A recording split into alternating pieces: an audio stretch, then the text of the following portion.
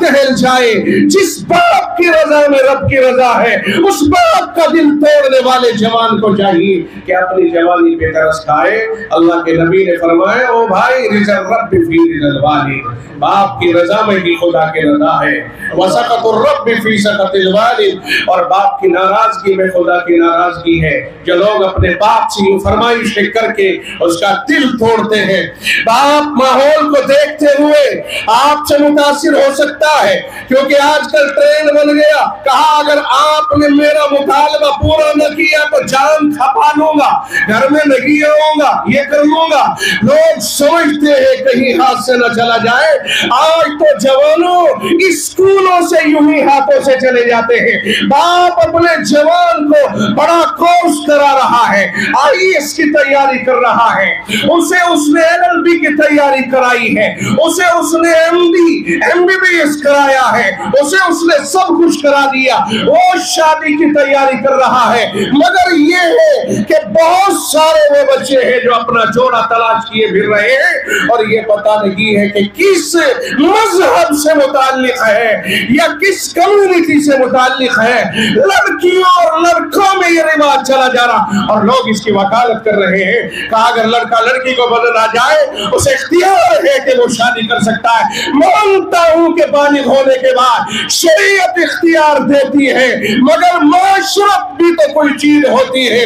جس باپ نے تجھے پالا ہے, اگر تجھے کوئی وکیل یوں کہتا ہے, اگر تجھے کوئی مولوی یوں کہتا ہے کہ جوان بیٹے کو اختیار ہے کہ وہ اپنی مرضی سے نکاح کر سکتا ہے, اگر تجھے کوئی مولوی یہ فتویٰ دیتا ہے کہ جوان بیٹی کو اختیار ہے کہ وہ اپنی مرضی سے نکاح کر سکتی ہے, تو مجھے شریعت کے اس حکم سے اختلاف نہیں, جائز ہے. مگر بتا شریعت یہ بھی تو کہتی ہے کہ بچہ جب بالغ ہو جائے باپ کے اوپر سے اس کا نفقہ ختم ہو جاتا ہے. ظالم آخر تک باپ سے نفقہ حاصل کرتا رہا, خرچ لیتا رہا, پڑھنے کا خرچ لیتا رہا, پہننے کا خرچ لیتا رہا, ہر شوق باپ سے پورا کراتا رہا.